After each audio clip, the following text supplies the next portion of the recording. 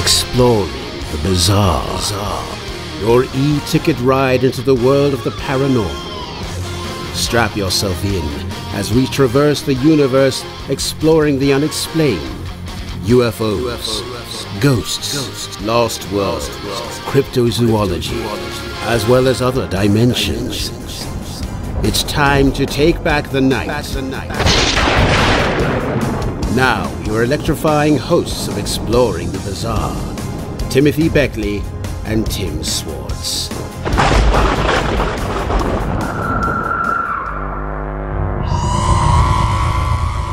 Wow, Tim Swartz, come here. Come here.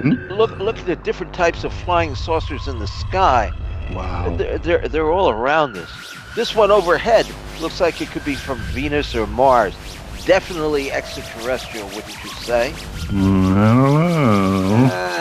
And oh, come on! And that one in front of us could be a Nazi time travel device. We've written about that numerous times. I recognize the shape and size. And do you think this strange-looking device further on out could be from the inner Earth and might be driven by one of Richard Shaver's evil, demented mutant Dero?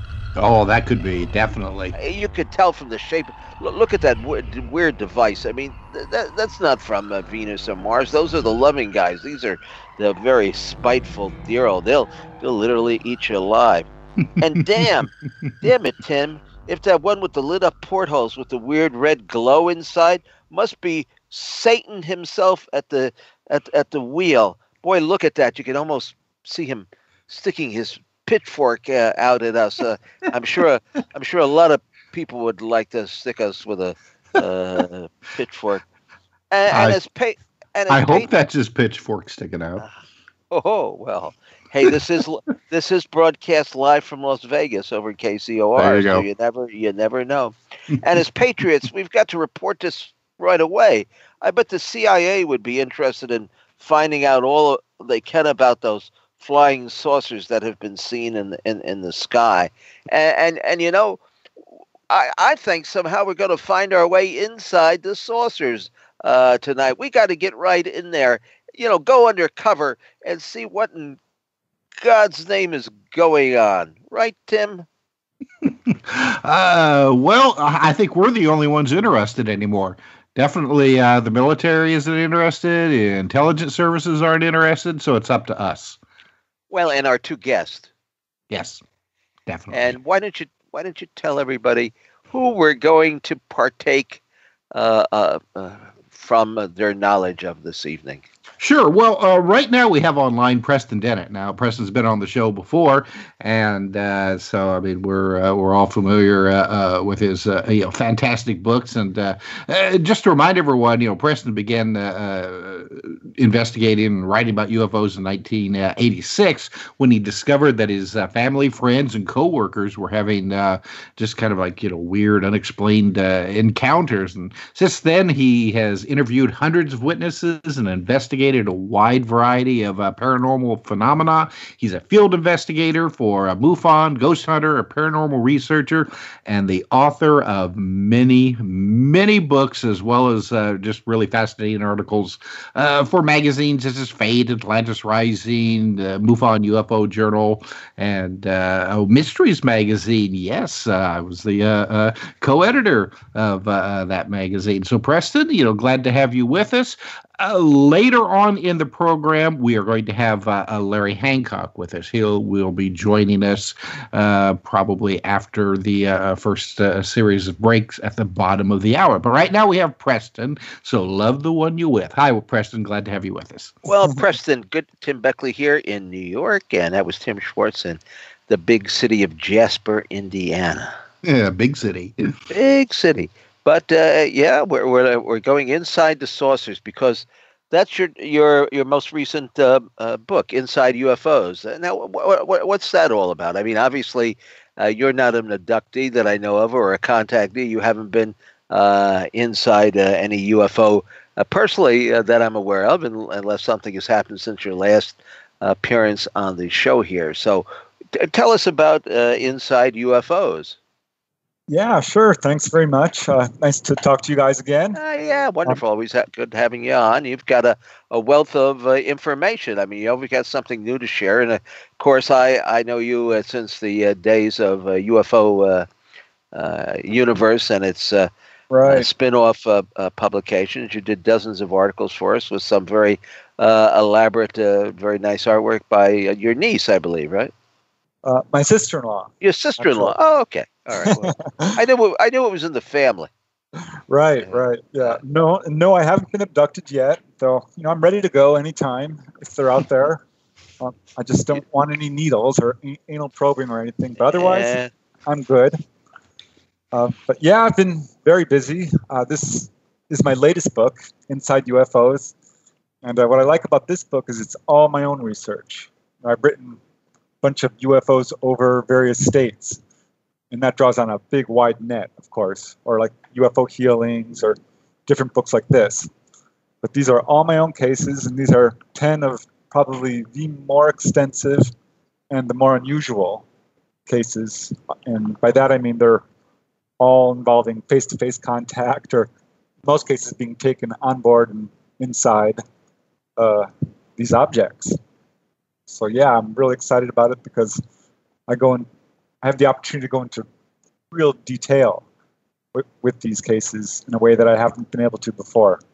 Now, Preston? How do you find out about your cases? I mean, do people come to you and say, "Hey, Preston, I had an experience last night"? Well, yeah, actually, I mean, there's a wide variety. I get a number of cases when I go speaking at conventions, and people come to hear me speak. And I mean, one of the cases in the book involving a Navy medic, he heard me speaking down in San Diego, and he came up to me afterwards. I'd showed a picture of a praying mantis type ET. He said, "Oh, well, yeah, it's very close to what I saw, but slightly different." And proceeded to tell me this amazing encounter he had, where he was actually taken from a Navy ship. So he's a great witness. I always love it when I get a trained observer. Well, now we'll open your bag of goodies there and tell us a little bit about the incident. I mean, it certainly sounds fascinating. It's a credible witness involving a very incredible incident. Yeah, he's absolutely a great witness. Has character references. I've interviewed him many times. This was back in 1981, I believe, when he had his experience. He was out in the Philippines on this Navy ship. He's a Navy medic. Hold on a second. Somebody's either moving something about or scratching something. So maybe your mic is a little too close to your face or something. Anyway, continue. I'm sorry. Yeah, he's a Navy medic, great witness, and his roommate was a personnel clerk, and comes up to him. They became really good friends. One day, comes up to him and says, "You know what? I'm a contactee. I've been in touch with aliens since I was a kid. They've picked me up many times. They've taken me on their ship. They've taken me to their planet, and so on." And Kevin, the Navy medic, is like, he believed in UFOs, but he was kind of skeptical to hear this coming from his friend. But his friend's like, well, so what Kevin said is, if this is true, I mean, I want to meet your little green friends. And Larry, I call him Larry, said he would see what he could do. Comes back a couple of days later and said, "Oh yeah, I talked to them. I went to your house." He proceeded to describe all these details of Kevin's house that there was no way he could know. And was well, really, no, I don't quite follow that. He went to his house. Right, the aliens took Larry to Kevin's house. In what form? Apparently in their ship. So what happened was Larry comes up to him and starts describing Kevin's house in detail. Kevin's like, "How do you know this?" And Larry said, "Well, they took me to your house, and they showed me this." And what was really bizarre is all these details were accurate, but they were like 10 years in the past. So this looked like he had time traveled. And Larry says, "Yeah, they agreed. You can come and meet them if you want. They're going to be here in a couple of days, and they'll take you on a ride." And Kevin still... And this is some giant praying mantis. Well, he didn't know that at this point. Larry had not described them. Okay. And Kevin wasn't taking it seriously. He thought, this guy was out of his mind, and he Well, it joked does. It around. does. I mean, offhand, it does sound a little hokey, to say the least. Right. Yeah. So he's like, okay, sure, I'll go. A couple of days later, Larry comes down into the cabin. He's all excited. He says, "They're there. They're up on deck. Go up on deck. You'll see them right now." So Kevin's like, "Okay." It's just a short walk to the deck. It was during the lunch hour, around noon. Goes up on deck, and lo and behold, this is a 600-foot Navy ship. There's a lot of people on board, a bunch of people on the deck, and he looks up and sees do this. we know what ship it is or was? I'd have to look that up. Oh, okay. All right. Well, we'll avoid doing that now. Go ahead. But he looks up, and there's this giant craft. He says it's easily 3 times the size of the Navy ship. It's off on the side there. Really beautiful, covered with colored lights. And he does what anyone should do when they see, something like this. He runs to get another witness. And he cannot get anyone's attention. It's like he doesn't exist. And the next thing he knows, he's on this UFO, looking down at the Navy ship, which is rapidly receding into the distance. This is a rather involved contact event. I mean, I could talk hours for it, but I'll shorten the story a little bit. He was too scared at this point to really turn around, so he's looking out through the side of the UFO, which turns transparent, and suddenly he's over his hometown. You can see where his mom works in a church. You can see her writing on the chalkboard. They scoot a few miles over to where his dad works as a bank executive. Again, he can see through the UFO, through the building, into the center of the building, where his dad is having a meeting with executives. And he hears this voice in his head, presumably the ETs, which he's still too scared to turn around and look at. And they say, "Your parents are very honorable people." He has no idea what that means or why they're telling him that. He says a lot happened. He doesn't remember all of it. But the next thing he does remember is he's flying over this desert area, and he sees craters on the ground. He's thinking, okay, it's a bombing range. What is this? But the soil's kind of gray, and it reminds him of the moon. And they come up over the crest of a hill there, and there off in the distance, about the size of a softball, is the Earth. He says he nearly loosened his bowels at this point. Really freaked him out. And he started asking questions. And the ETs answered him telepathically as soon as he asked these questions. He asked them where they were from, and the entire room expanded in size. It was about 50 feet that he could tell. It now grew like hundreds of feet. He was in the middle of this star chart. And he saw our solar system, saw light off way in the distance, red and blinking. And they said, "This is where we're from." And they told him all kinds of stuff. They told him what they eat. They told him they speak all the languages of our planet, that they've been observing us for a very long time. But when we started exploding nuclear bombs, that really caused them to pay attention to us, as including several other species. And they said that when we did this, it started a countdown clock. And they showed him, like in full color, in 3D, all these disasters that would happen. And they said, "This is your destiny. This will happen." And they showed him lots of hurricanes, earthquakes, mining disasters, all kinds of disasters, tornadoes, mostly hurricanes, he said, which I find interesting. And now that we're having all these hurricanes, he asked about God. They said, "We will not discuss religion, race, or politics," which I found interesting. So yeah, they told him a lot of stuff. He asked about Roswell. They said, yes, it was real. They said they're doing very limited. They're in contact with our government and all the other major governments. Did they say where they came from? Well, they told him the name of the planet or the star. He wasn't sure which, but he couldn't pronounce it. He said it was just this long, nonsense-sounding word, and couldn't really even remember it. But finally, he gets the courage. He's like, "What do you guys look like?" They said, "Well, we're not little and we're not green, and our appearance, some people do find frightening."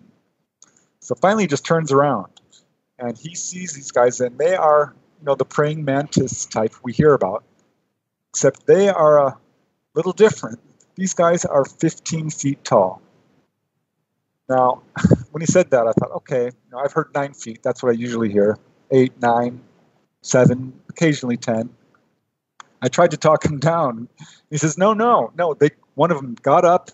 They were sitting on these kind of stone marble chairs or something, and it bounded towards him, took 3 steps across the room, stood right next to him, and started fussing with this console, which was, up to almost his neck, his chest, actually, much too high for a normal person. And he says they were more than twice his height, easily. 15 feet tall, he says it was like a basketball board, taller than that. Huge eyes. He said one of their eyeballs was about as big as a basketball. And just radiated wisdom and intelligence. And completely freaked him out. He thought he was going to become a specimen. They turned to him, one of them turns to him and says, would you like to see our planet?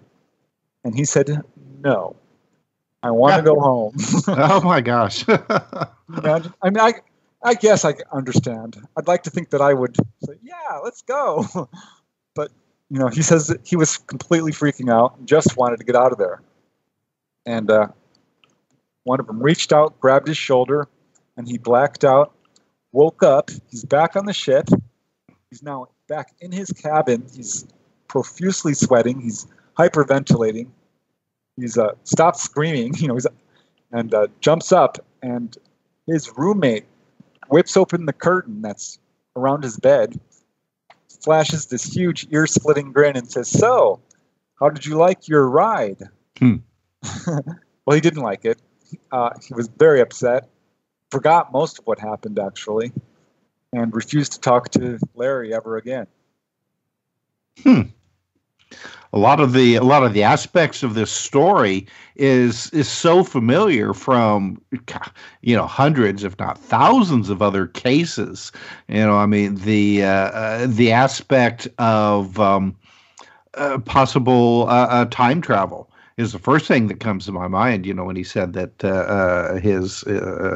his friend had visited his what was it, his house, his cabin, but. Right. Gave the details that like 10 years in the past.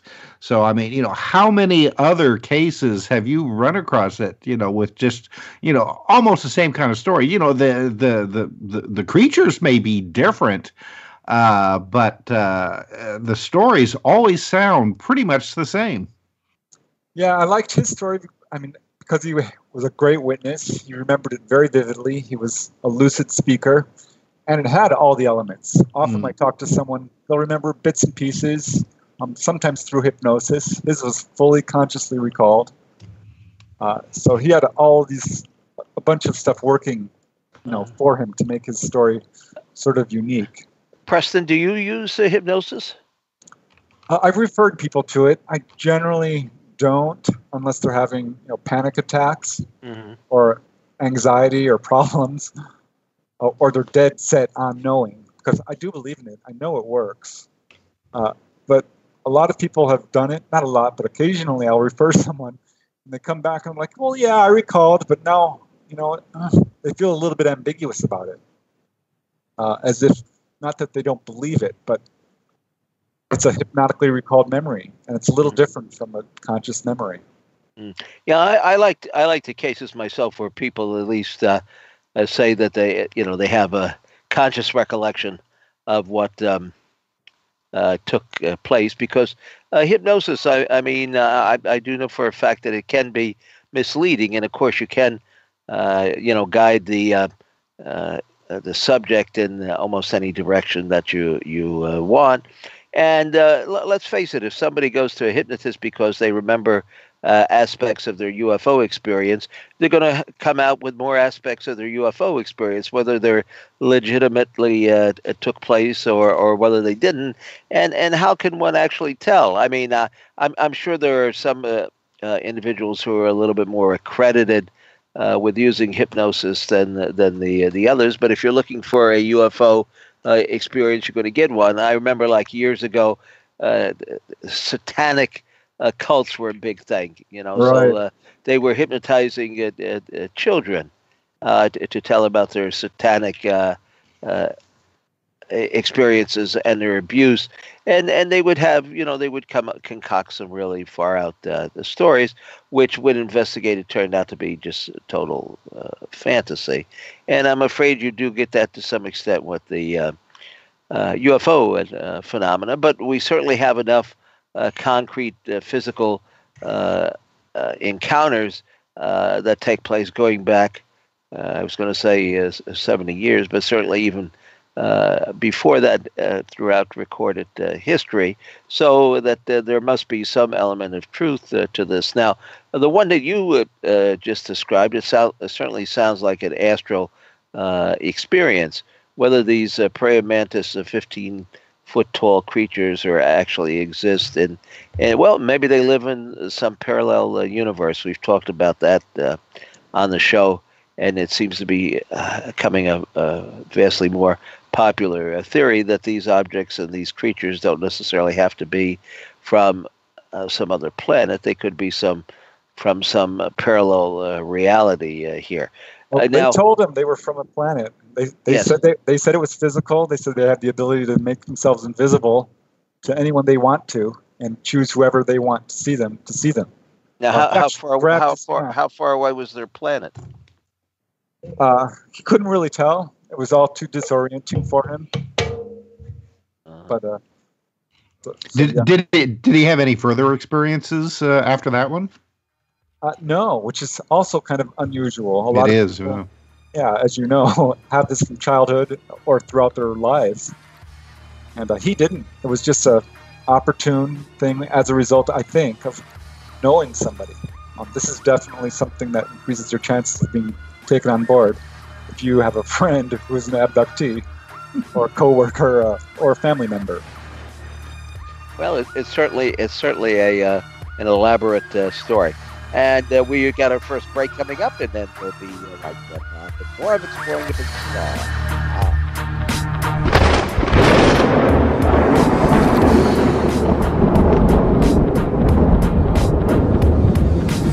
Now back to Exploring the Bizarre with two of the most electrifying researchers in the paranormal, your hosts, Timothy Beckley and Tim Swartz. And welcome back to Exploring the Bizarre. I'm Tim Swartz, and tonight we are talking with Preston Dennett. And with us on the line now is Larry Hancock. Let me give you a little bit of an introduction here.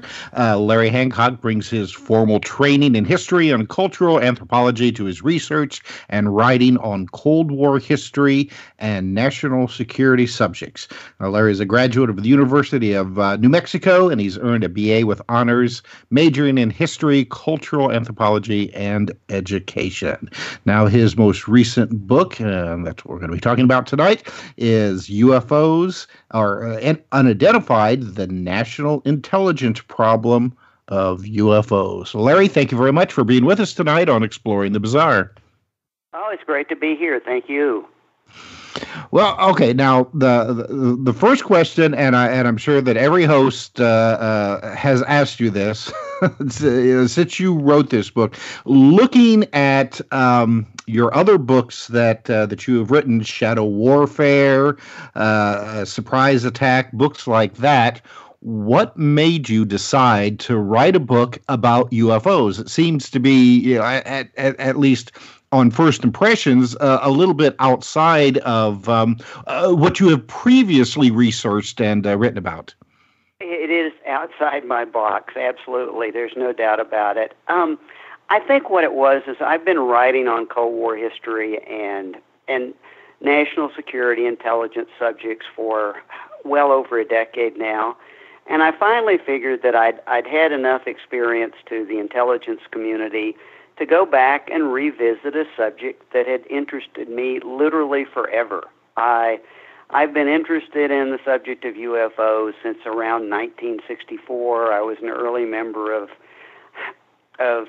APRO, of NICAP, and it was a subject that I had followed over the decades. And finally, I looked at my bookcase one day and I said, I've got like 200 books here on intelligence, and I've got 200 books on UFOs. Maybe I should use that part of the bookcase.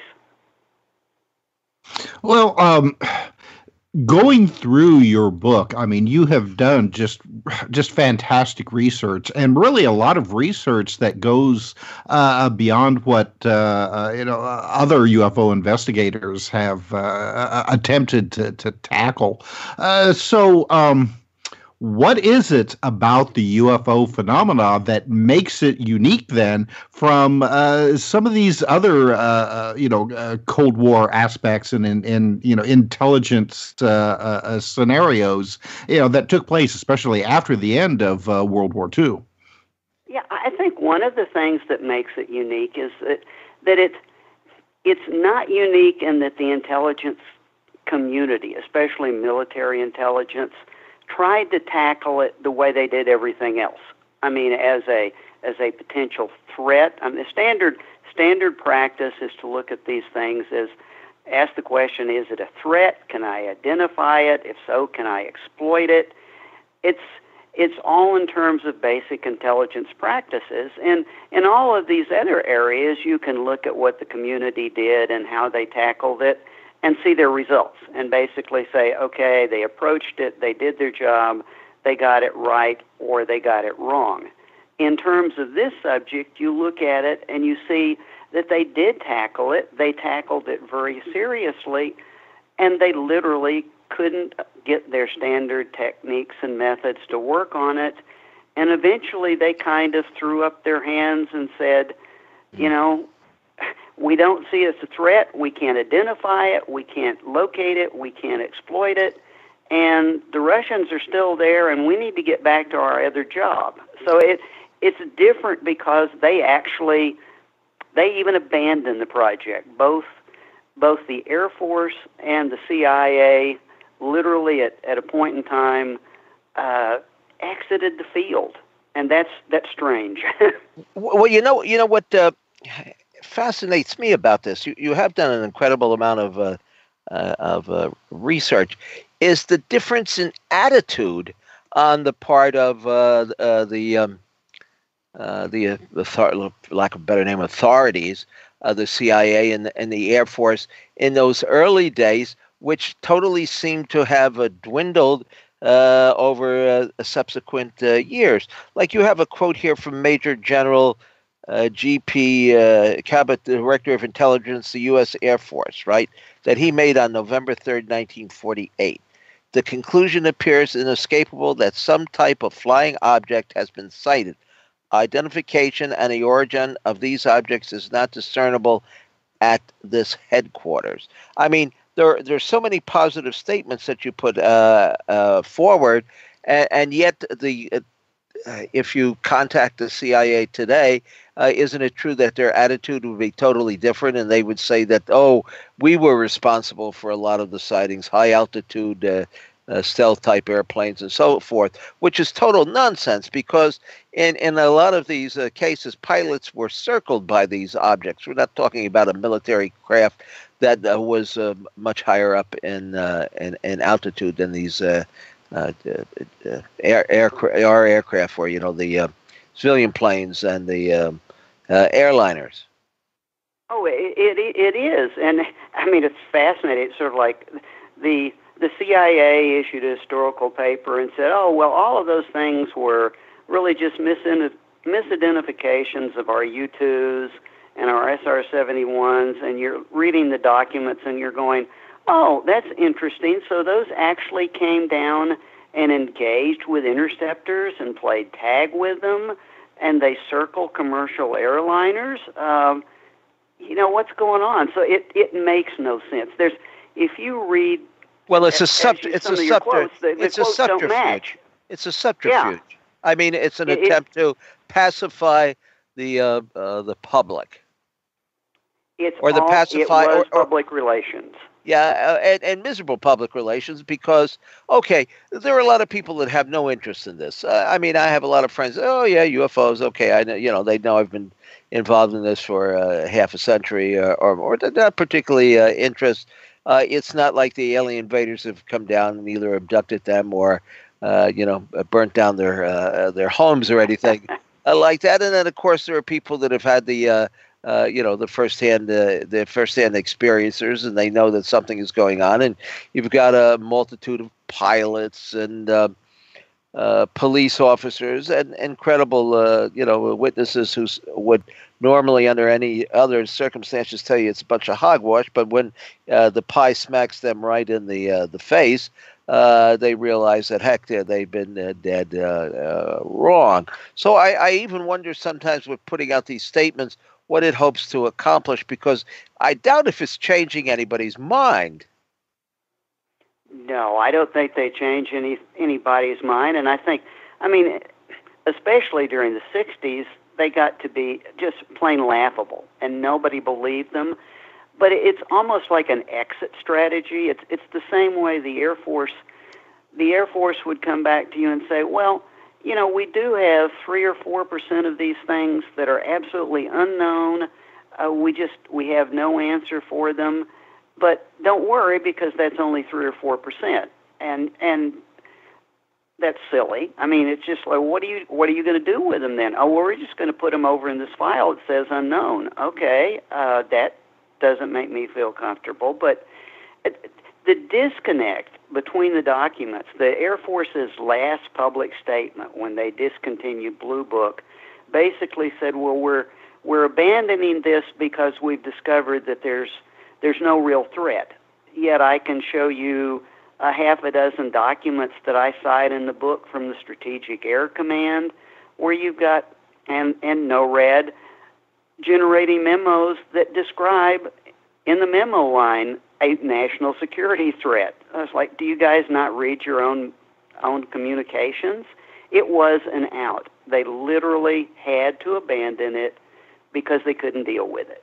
Well, can you point any other assessment?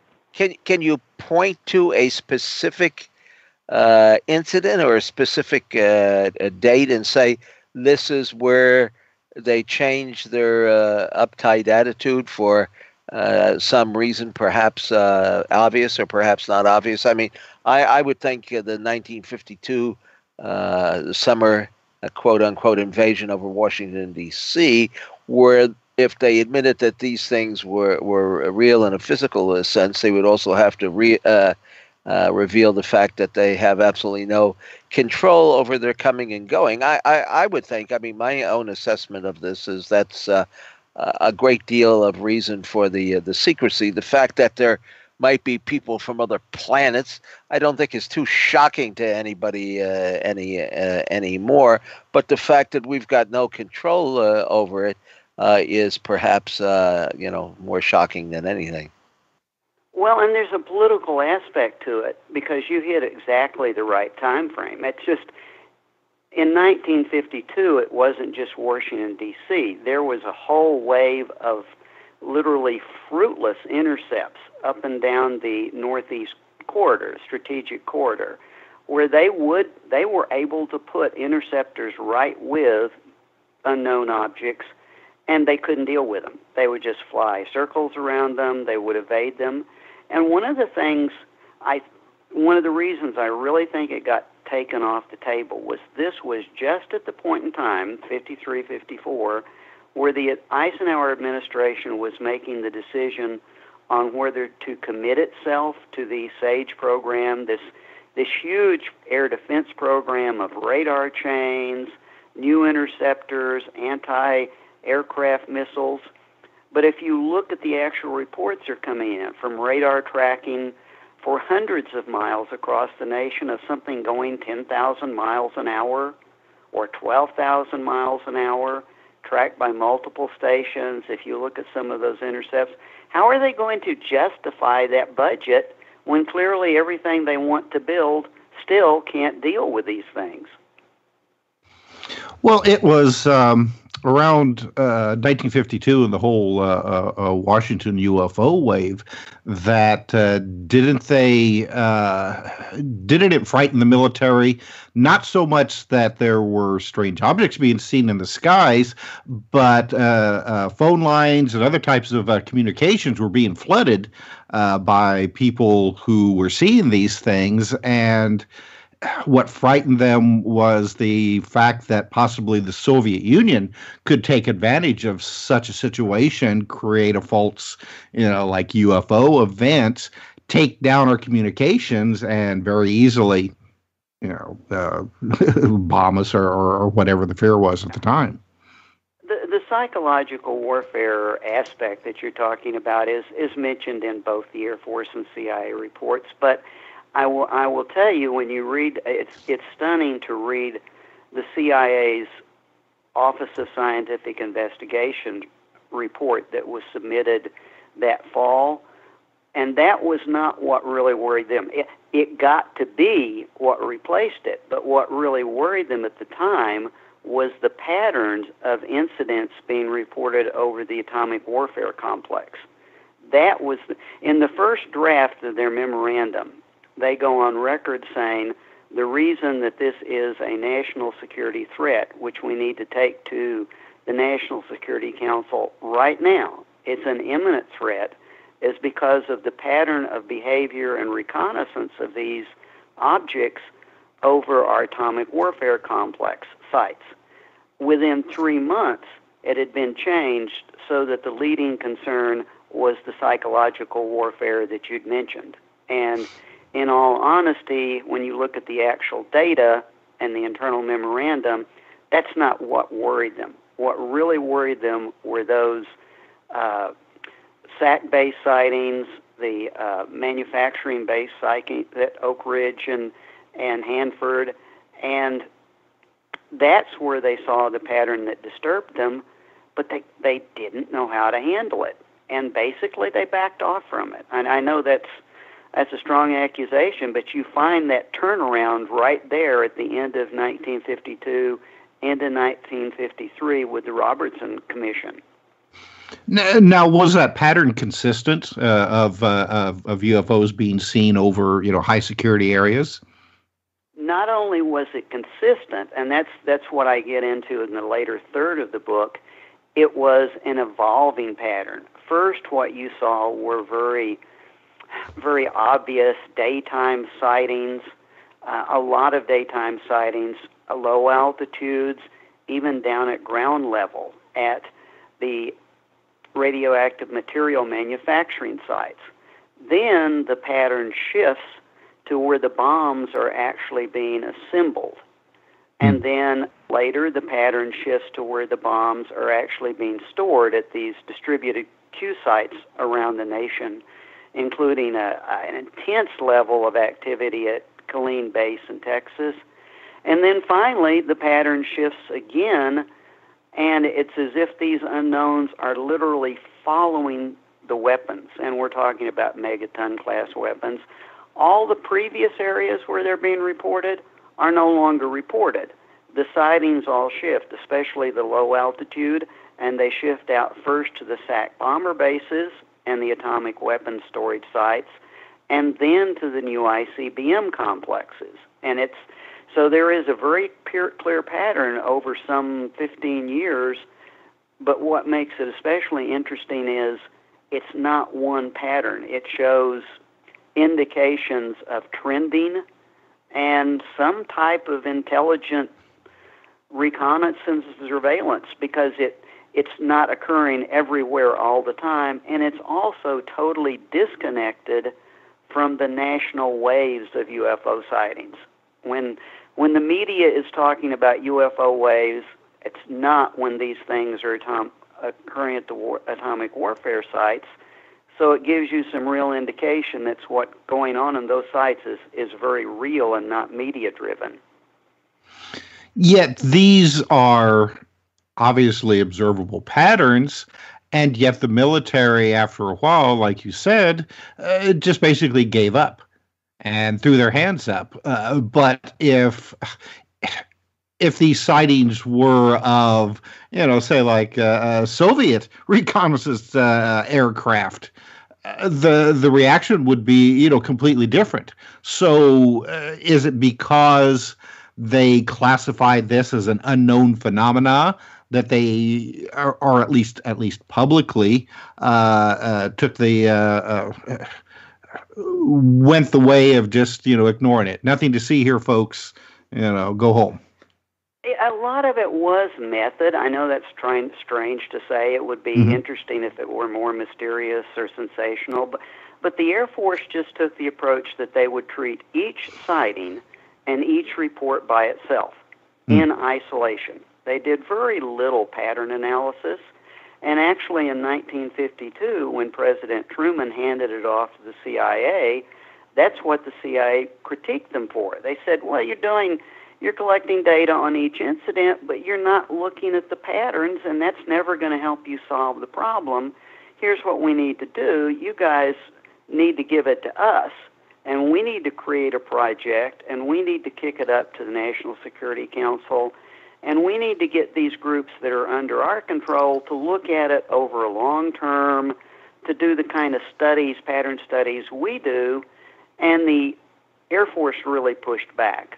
Now, is there one individual in the CIA or the military you can point to and say was responsible for that attitude of wanting to hoist it up a level? The Office of Scientific Intelligence, the head of the Office of Scientific Intelligence, wrote a series of memoranda to the CIA director recommending that. The director actually did put it on the agenda for the National Security Council, but it looks like he basically watered down the whole thing. And it's hard to say that from the documents, all of a sudden what was an imminent emergency becomes very much a bureaucratic thing. Like, well, okay, we should take this to the National Security Council, but I'm not going to propose it unless you to agree to back me on it. And the Air Force comes back and says, well, I'm not going to put my name on this. And they agree that they're going to take it to a panel of scientists.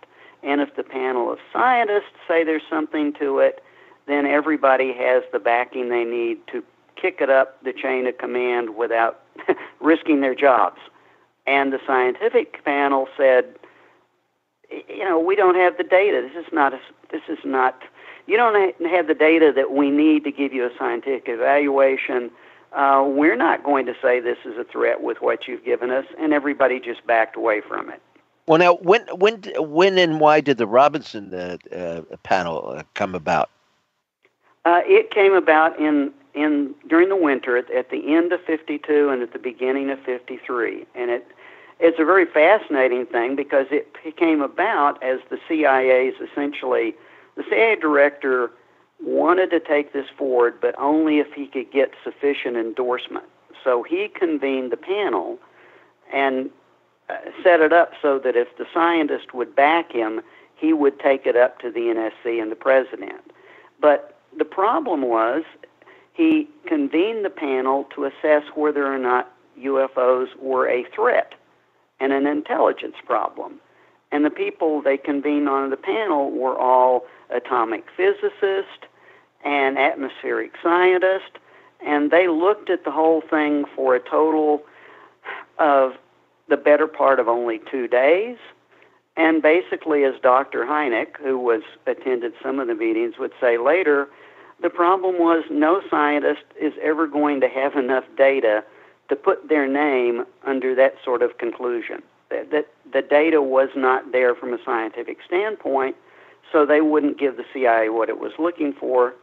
And at that point in time, the whole thing fell apart. The research that you have done for this book, and we only have about 3 minutes left before we have to go on to our next break. Where did you get the bulk of your information for this book? I mean, how did you go about researching this book? Well, an amazing amount of research, and the credit has to be given. There have been some amazing historical researchers in this field. Project 1947, Jan Aldrich.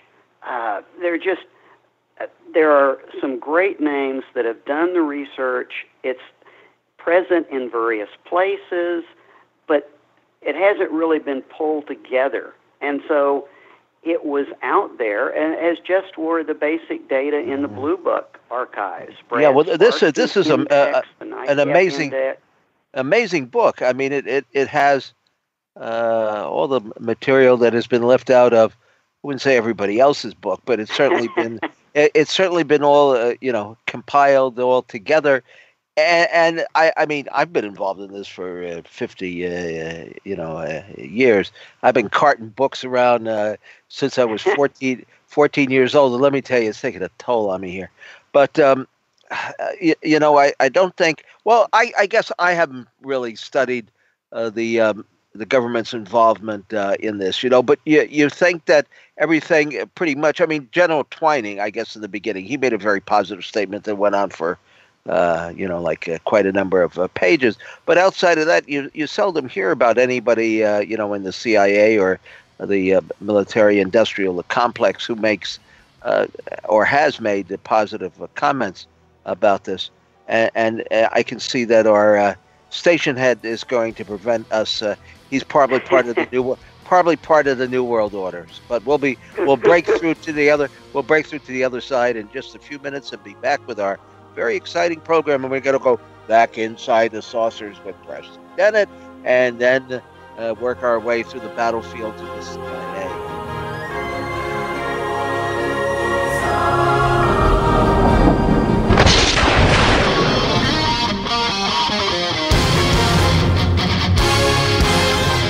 Exploring the bizarre. Your e-ticket ride into the world of the paranormal. Strap yourself in as we traverse the universe, exploring the unexplained. UFOs, ghosts, lost worlds, cryptozoology, as well as other dimensions. It's time to take back the night. Now, your electrifying hosts of Exploring the Bizarre, Timothy Beckley and Tim Swartz.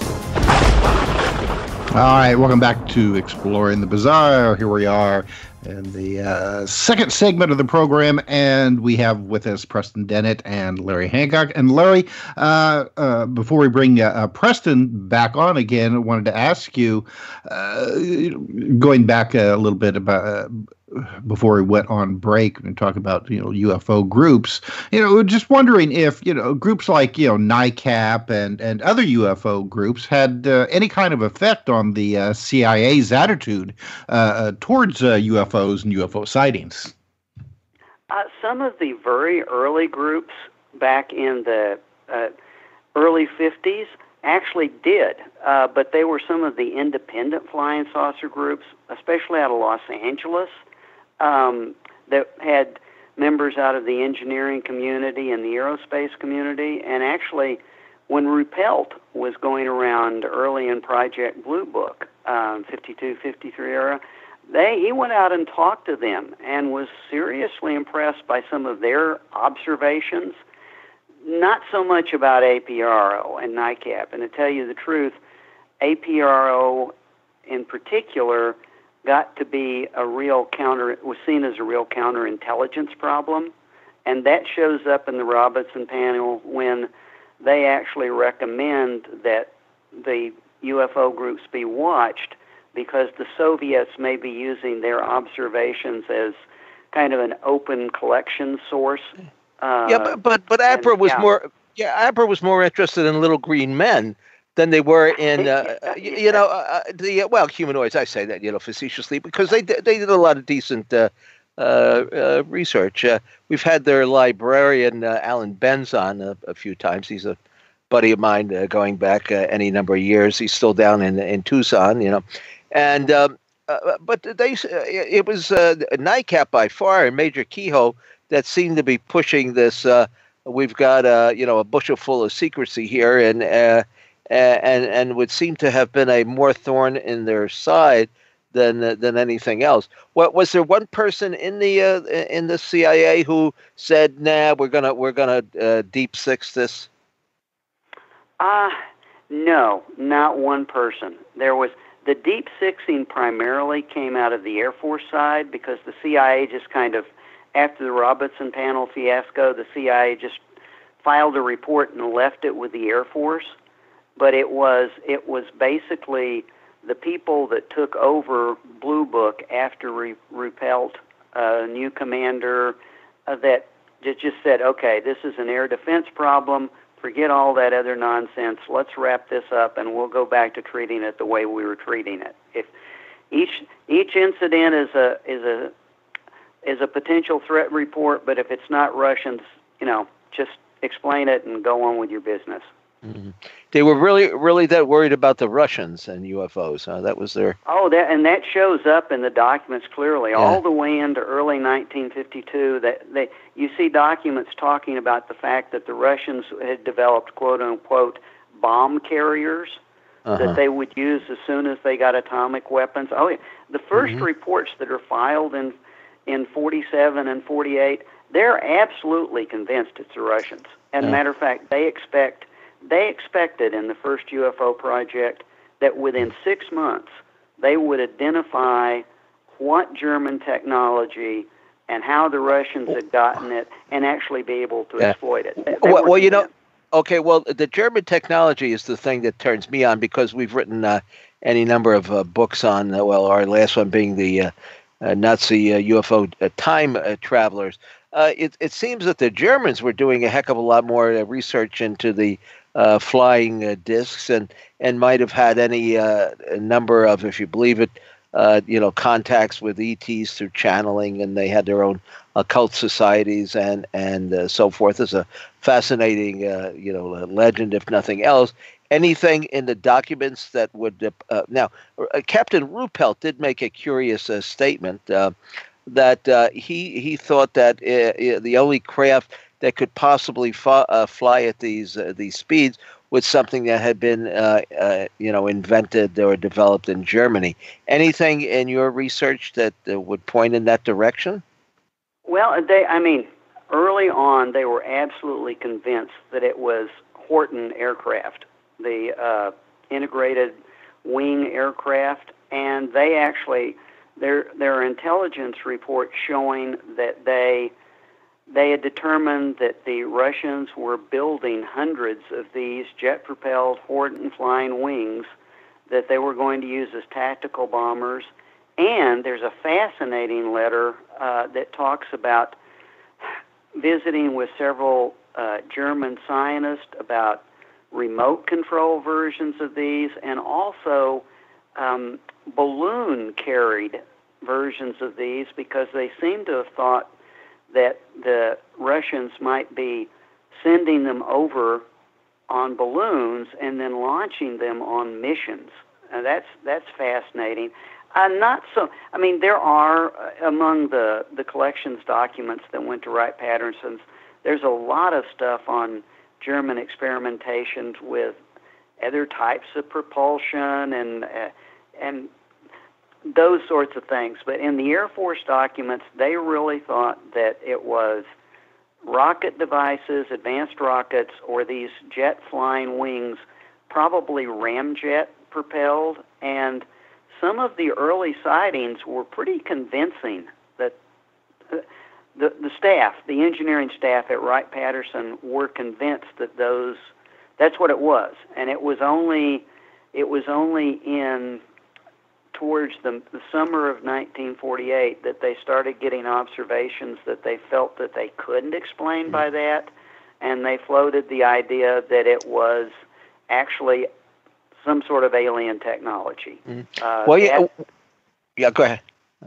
That they got past the Russians to this other story, and actually took that hypothesis to the Pentagon. And you can see in the Air Force studies that some of their people, Wright-Patterson people, are suggesting that it's truly foreign technology, not the Russians, but off-planet technology. Mm-hmm.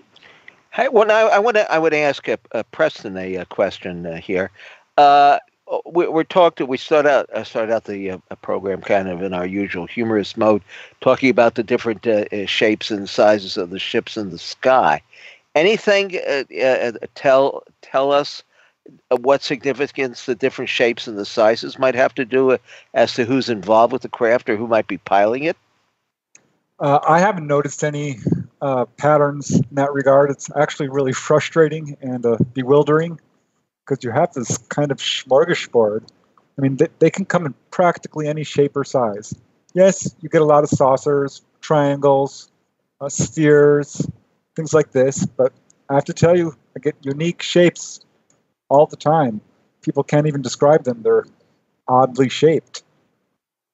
So yeah, and I can't tell who's in what just by looking at it. No. Well, and Preston, I suppose that was one of the things that probably frustrated the Air Force and the CIA and other numbers groups or letter groups was the fact that there didn't seem to be a lot of consistency to like the sizes and shapes, because I mean you would have, like you pointed out, people would see cigar shape, egg shape UFOs, and then the next round that'd be the flying triangles. Right. The whole military response to this is fascinating. I mean, they bungled it in terms of, relating it to the public and disclosing this stuff. And I talked to a number of people who've been, in the military in various capacities. One interesting gentleman I interviewed recently was an electrician's mate on the USS Clamagore, a submarine, which carried, nuclear weapons. And he's been on a number of other submarines and never had any activity. But once he got on the Clamagore, he said strange stuff began to happen. And the strangest thing that happened was once he was on watch, he was actually on the surface.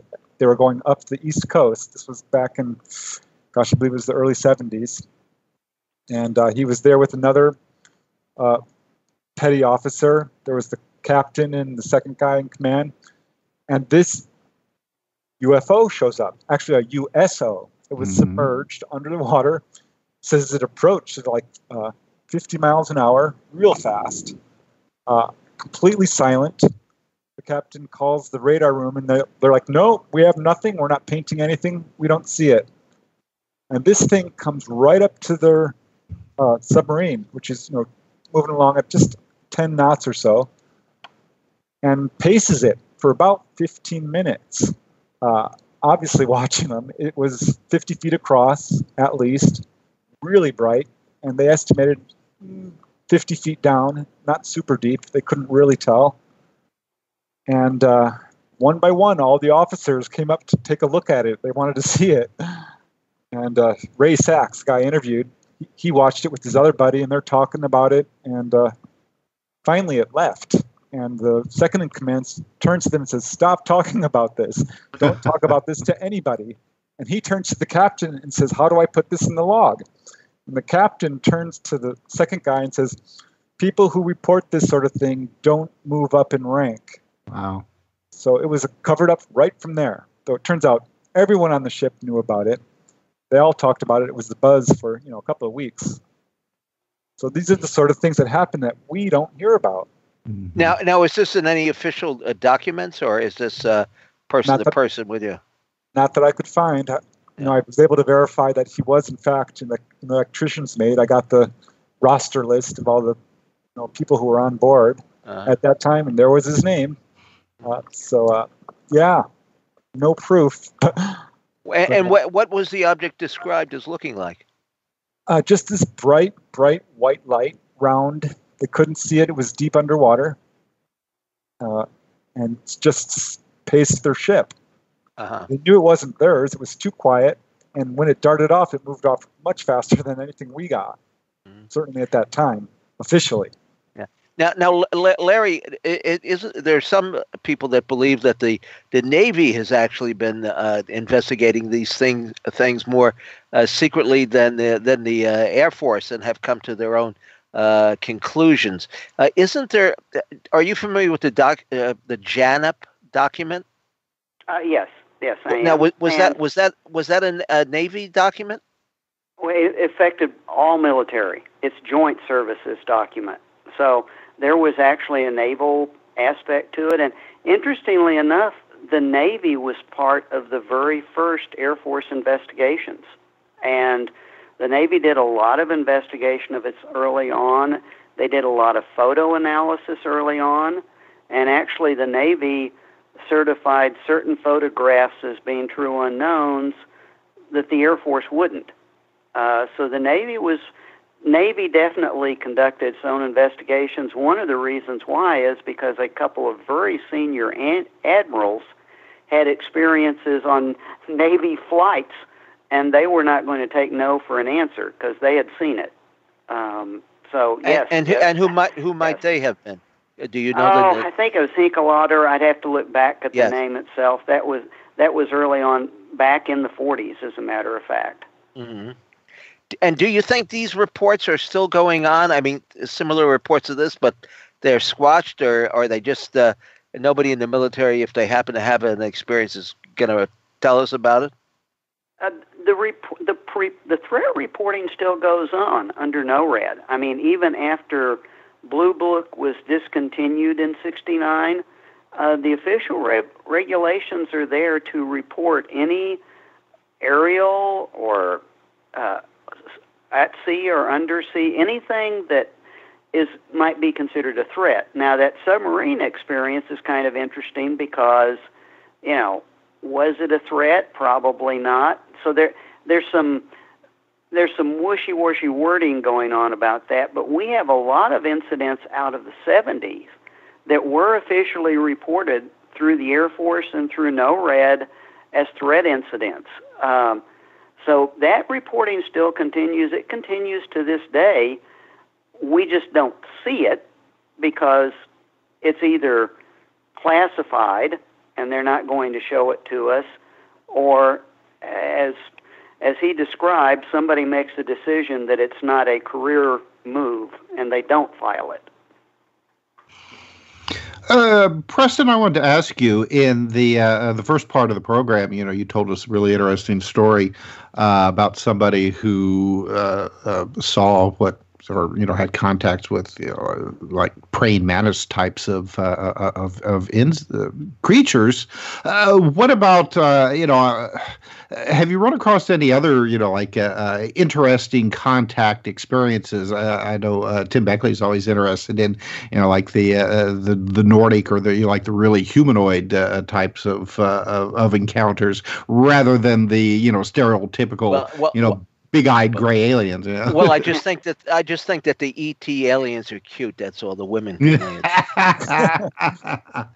But I mean, it seems like that any kind of media coverage, what little there is anymore, still seems to go back to that big-eyed little gray aliens, even though that there's a plethora of all kinds of different shapes and sizes of entities seen.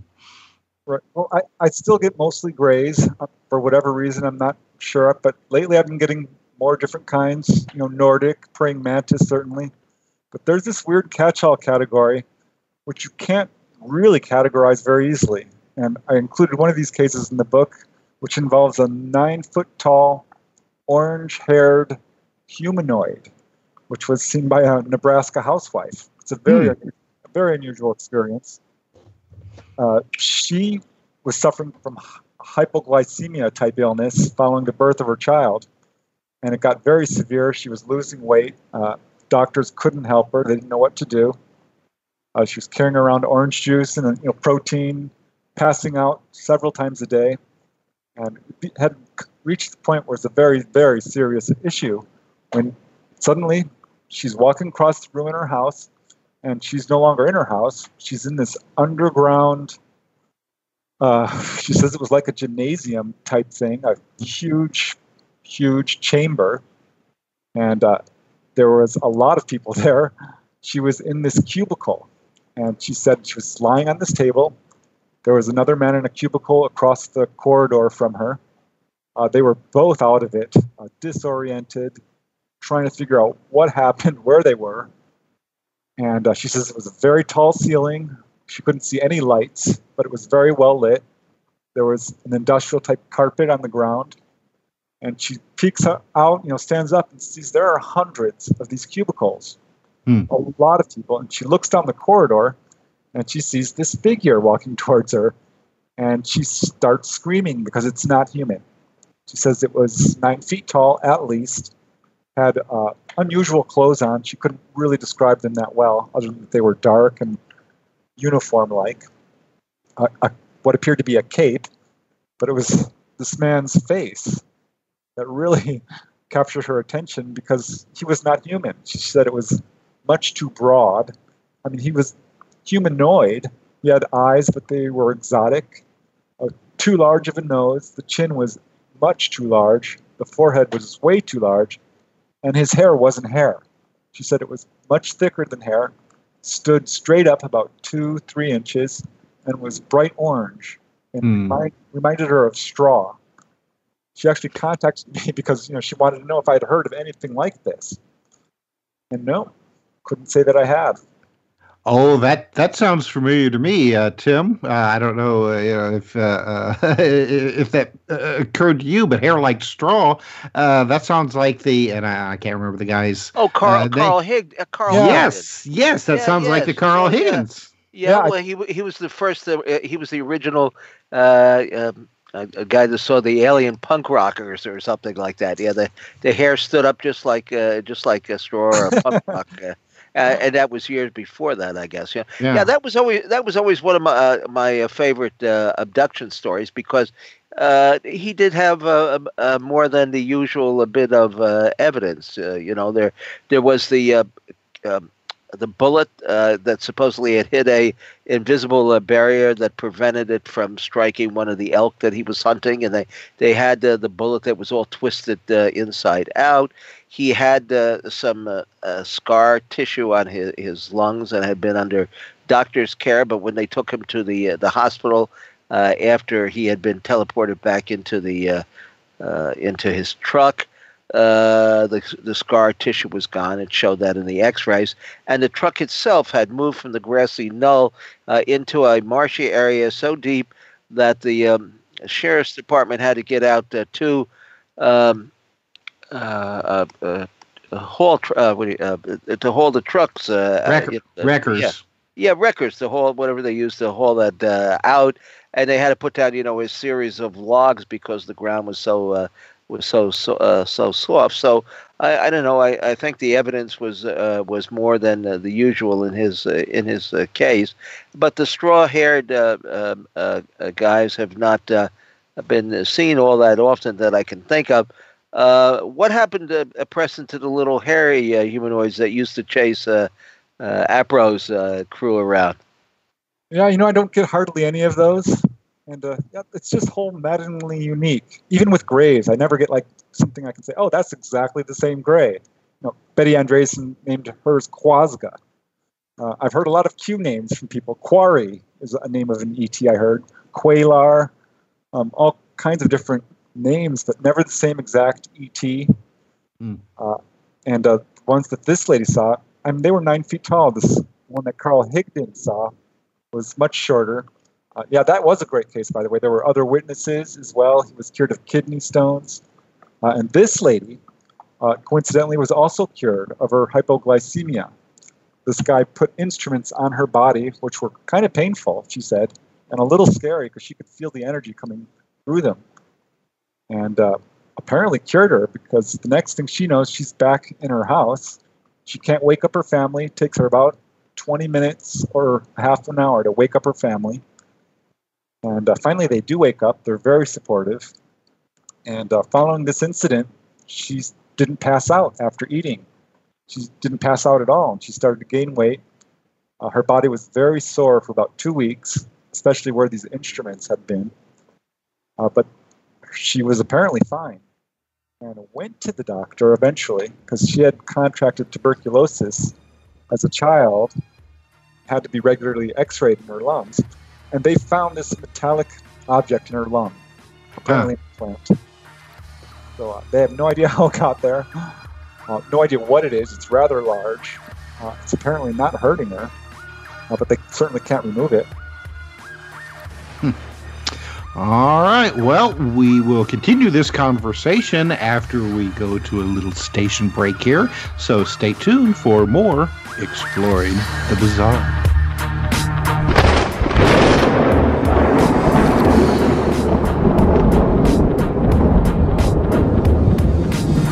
Now back to exploring the bizarre with two of the most electrifying researchers in the paranormal. Your hosts, Timothy Beckley and Tim Swartz.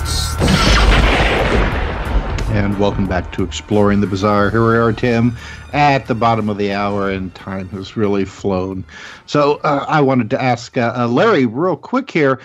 During one of the breaks, you were talking about various governments like Great Britain who've released or allegedly released all of their UFO material, and then as Tina pointed out, a year later, it was, oh wait, we found some more.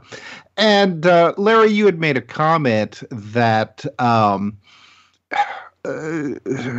probably, definitely here in the United States, that all of the good stuff will probably never be released. And I was just wondering, at this point, does anybody even know anymore where that material is, where a lot of those secret documents? Because you think about the time that has passed, since the end of World War II and now, and especially the way that the various military services have compartmentalized UFO material. Could we be at a point now where those in charge would be like, I have no idea where that stuff is? And they probably don't, because let's take an example, and this is a known example because of a NORAD satellite tracking incident where they observed something come into orbit. In orbit, behaving totally anonymously as far as normal paths, moving up, down, around. They track it for 2 orbits. NORAD declares a national security emergency, and by the next orbit, it's gone. That sort of stuff goes into a log because it's not a constant and because it was not threatening. It stays in an electronic log, and within a certain period of time, it's erased. Because the point is, since there's no entity to collect all of these, what are really operational reports, they stay at the local site that generated them, and with document control procedures, after a certain period of time, they're erased. They're never collected, and that's one of the problems with the whole thing. Once Blue Book stopped, there is no collection agency.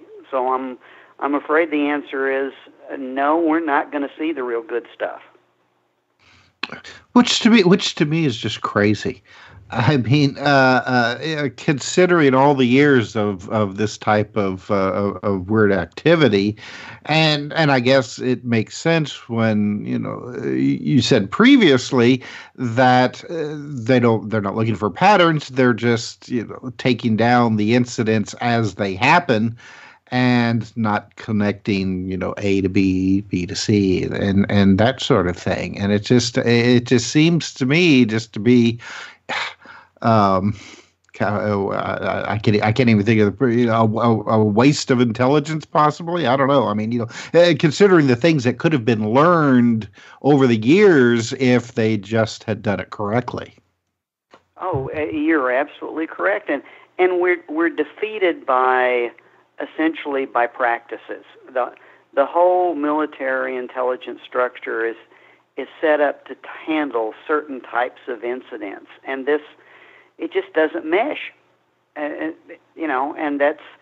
it defeats us. They could have now, as I point out in the book, there are intelligence groups, threat and warning groups that capture this type of information and track these incidents, and they look for patterns over years, and that still does go on.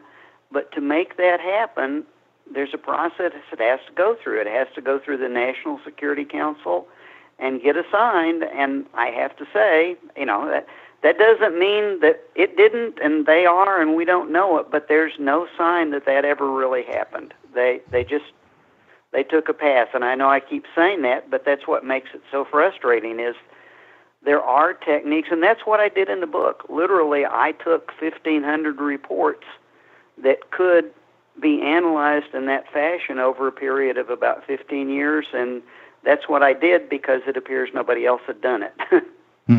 You're talking about indications analysis? Exactly. All right, okay. We've been talking, mostly, and I know that's the the main thesis of your book about UFO sightings in the United States. But I mean, have you run across any information concerning other countries, their knowledge of UFOs? Because we're constantly hearing from the disclosure movement that if only the United States government would release all their information, we'd know the truth about UFOs. But if other countries have been experiencing the same kind of sightings and other types of incidents, you would think that they would have come to similar conclusions, or unless it's like the United States, it's not a threat, we'll just ignore it. Well, France and Spain have done particularly good with Japan and France. They have released a lot of their material. There are a couple of the Latin American nations. Brazil's released a lot of material, but it's not the same. It's more those individual incidents, and there are not enough of them that are structured over a period of time. So there's some good data there, and actually one of my thoughts was to turn to the French information next and see if you could map to it. But a lot of that information is also more current. It doesn't give you the length of the time. It started in the 60s and 70s, and it's more of the nature of incidental civilian observations, maybe commercial airline observations, and not really the military security complex stuff that I was most interested in. Because what I saw and what I was looking at is the unknowns that I'm looking at may very well be different than the more random pattern things, but the ones I'm looking at are not random. They show some very definite patterns, even the shapes and appearances and movements don't change nearly as much in these military-oriented sightings. And you see that in the studies. The Air Force's first reports in the first 5 years of study all showed very consistent aerodynamic characteristics, maneuvers, only a couple of different shapes. And so there is some stability there, where in a lot of these other incidents, it appears what the military was seeing in a lot of cases was a lot less random than what civilian observers see. And why do you think that is? I mean, is it just because you're dealing with untrained observers? No, I don't, because that we have very good evidence, actually scientific evidence, to talk about the quality of observations. No, I think it's not so much what they're seeing as where they're seeing it. I'm talking about sightings over military bases, sightings with the atomic warfare complex in particular. There, you see civilians and military reporting the same observations. It's the same thing that they're seeing clearly. Now, I think what you probably see it, didn't Hynek or someone made a joke sometime about, okay, what we're seeing with all of these other reports is just, these are the graduate anthropology students that are out getting drunk and showing off, and they're not they're not serious, Right, yeah. And there may be, that's pure speculation, but there seems to be a trend that there were early on a lot of daylight sightings, low speed, low altitude, very solid descriptions, where today, over a period of time, we got much more random. We got a lot more nighttime sighting. we got orbs, we got, the stuff that you see in the upstate New York of these big things that look like bridges. Not upstate New York, northern New York City. Hudson Valley. And so there's a lot of that variety that comes into play post 70s. And I'm just guessing at this. What I seem to be, it's almost like they got the picture that they needed of especially our atomic warfare capabilities, and the folks that were doing that got the information they needed and pulled off, and then you start getting this really random stuff with a lot more of the contacts that you were talking about earlier, and the random contacts that you don't see back in the 40s and 50s. Now, I was just gonna ask Preston.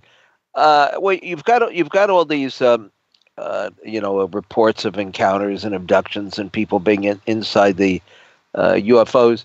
Is there anything that really has any cases that have been really positive in nature? I mean, you've got some spacemen, the Venusians, and of latter day, talking about peace and love and anti-war. But is there anything really that Preston that they do that's has a positive outcome? Oh yeah, I mean, well, the case we just talked about earlier, the lady was healed, though she felt she was kind of treated like a lab rat. There's one guy I talked to. His case is in the book. He is a Native American, blood Indian, from Canada. Stan Hughes is his name, and he's had a number of really benevolent encounters where UFOs have showed themselves to him in a warning capacity when showed up when he was camping, and he felt like it was trying to warn him of something. And when he got home, he found out that his family was having a crisis. His son was having an emotional crisis. He had one incident, probably his most remarkable one, where he was up in, I believe this was in the Idaho Panhandle, driving along at the base of Thunder Mountain early in the morning in his pickup. When he starts to feel kind of a little woozy, pulls over, and this giant silver craft, that's how he described it as a craft, perfectly round with almost a mirror-like chrome surface, lands on the road in front of him, or maybe a foot above the road, totally silent except for a soft whooshing noise. And he's staring at it. It's just 20 feet away, covering the entire road. This door pops open, or this opening, and out steps this beautiful man. He says it was a Middle Eastern kind of looking guy, dark eyes, dark hair, but perfect features, a very, very handsome man with shoulder-length hair, wearing a blue jumpsuit, was very muscular and had silver boots on, and kind of just steps down, walks up to his car and waves at him. And Stan says when he saw this guy, he became overcome with emotion because he feels like, he calls them the Wojay, or the star people, and feels like these guys are his ancestors. And so he's seeing this guy, and he's like, oh, take me with you. I want to go with you. And as soon as he thought this, the man's smile dropped, put his hand down, he turns around, goes back into his craft, and it takes off. And he said it was a very emotional experience. He felt just waves of sadness pour over him, and it took him a long time to get over it. He still gets tears in his eyes when he talks about it. But a really neat guy. He's a teacher, and has had a lot of these kind of benevolent encounters. Uh-huh. So I mean, are there? Okay, so you have all these. You must have investigated hundreds of close encounters over the years. I mean, are there any? Are there no patterns that you see whatsoever? Oh, there are definitely patterns. I think when someone's taken on board, what I hear most often, of course, is being physically examined. This is borne out by other studies like Thomas Bullard, his study of like 300 plus abductees. But what I found is when the ETs talk to people, they give them messages. It falls into three main categories. And this I hear over and over again. The first and most common would be warnings of future disasters, just like Kevin Cannon was told that there would be hurricanes and such. I get that a lot. Second would be spiritual messages of some sort, often involving healing or something in this direction. A lot of people come away from their experiences feeling like they can do hands-on healing or Reiki or channeling, or they start having psychic visions. They have a very strong spiritual transformation, which is directly linked to this. And thirdly, and this comes up a lot too, is alternative energy. People are sometimes taken to the engine room. I have a case like this involving another Navy man, an electronics specialist. Jim Kubelbeck is his name. He saw his UFO, had an encounter on the USS Valley Forge. And a lot of officers saw it, but he was apparently taken on board, and they showed him this engine room. They had this long conversation about alternative energy sources and how we are relying too much on fossil fuels when really there's all these free energy sources around us that wouldn't destroy our planet. So yeah, those are the patterns I've noticed most strongly. And I've also noticed another pattern in terms of who has contact and why, which has always baffled me. Because, I mean, why are some people contacted and not others? And what I found, and this is kind of a loose pattern, and going beyond like family history, which is certainly a pattern, or driving outside at night, that certainly increases your chances. But I found that people who are having extensive contact are often people who are doing good work for humanity in some capacity. And by that I would mean teachers, entertainers, inventors, doctors, social workers, like John Hunter Gray, perfect example, an award-winning social worker, abducted by ETs who healed him. So it's a loose pattern, but I get it a lot. So those are some of the patterns, certainly. Well, we're kind of closing in on the end of the program. Well, Preston, now you've written how many books? 21 and 14 on UFOs, because the paranormal is, of course, connected to this. Well, absolutely, yes. What have been your major works? Would you say? I mean, if people were going out to trip on over to Amazon after the program, what would they look for? Well, I pioneered the study of UFO healings. I wrote the first book on that. Well, yes, I remember that. That's certainly a something that's not only of interest, but again is a kind of a positive side of this that you don't hear, too much about. It's one thing to say peace and love and give up your arms, which the CIA, I guess, didn't like too much, but it's another thing to actually get some positive benefits. And then you've also done a series of books about UFOs over specific or particular states.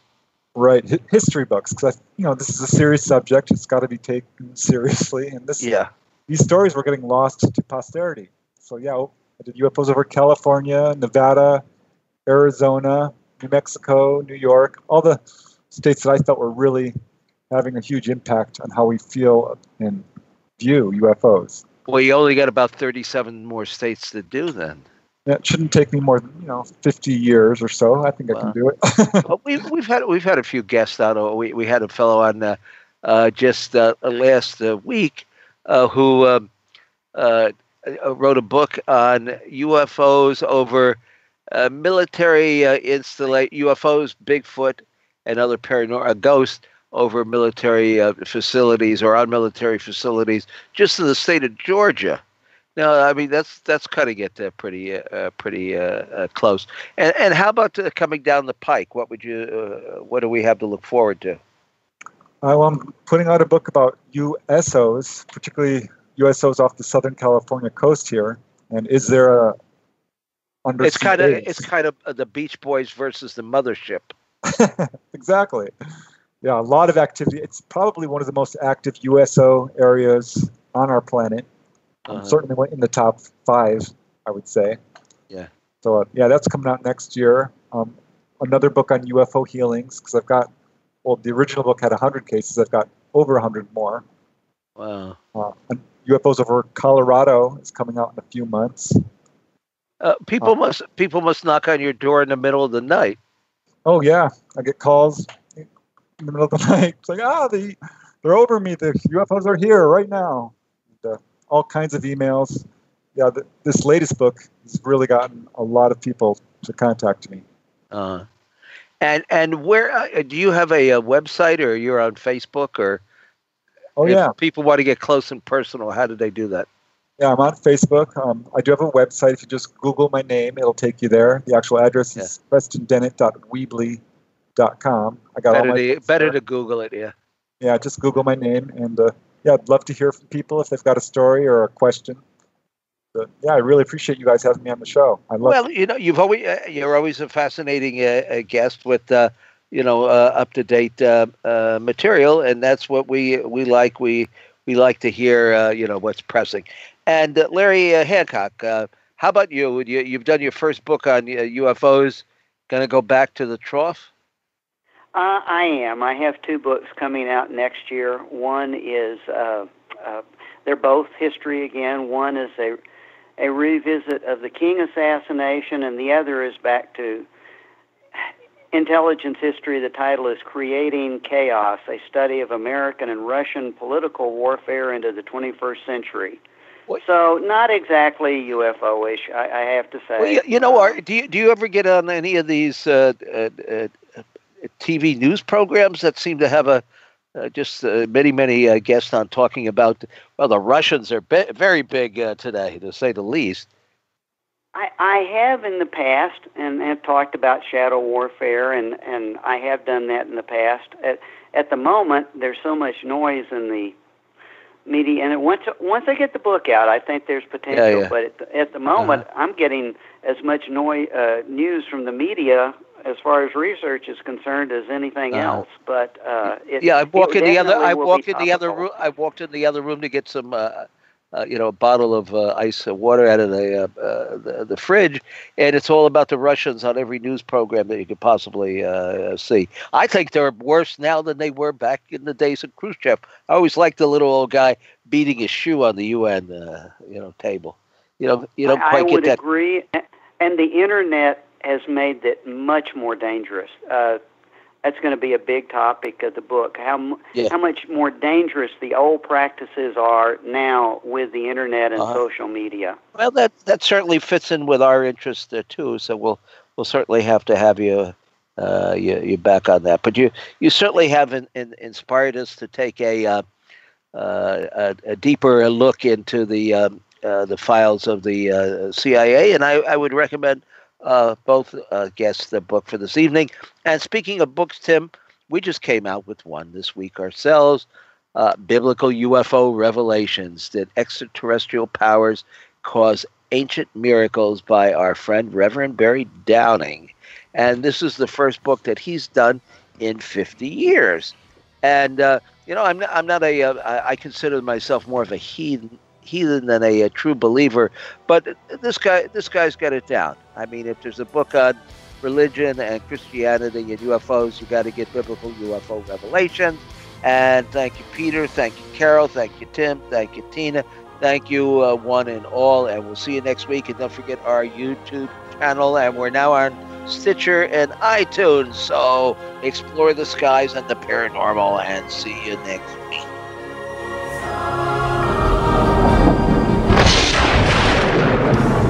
You've been listening to Exploring the Bizarre with hosts Timothy Beckley and Tim Swartz. They're taking back the night by jetting non-stop across the cosmos in search of the truly bizarre and totally unexplained, with you as their co-pilot. Thursday nights at 7 p.m. Pacific, 10 p.m. Eastern, on the KCOR Digital Radio Network. For more information on Exploring the Bizarre and hosts Timothy Beckley and Tim Swartz, check out their KCOR Digital Radio Network page. Follow their YouTube channel at MRUFO 1100, exploring the bizarre.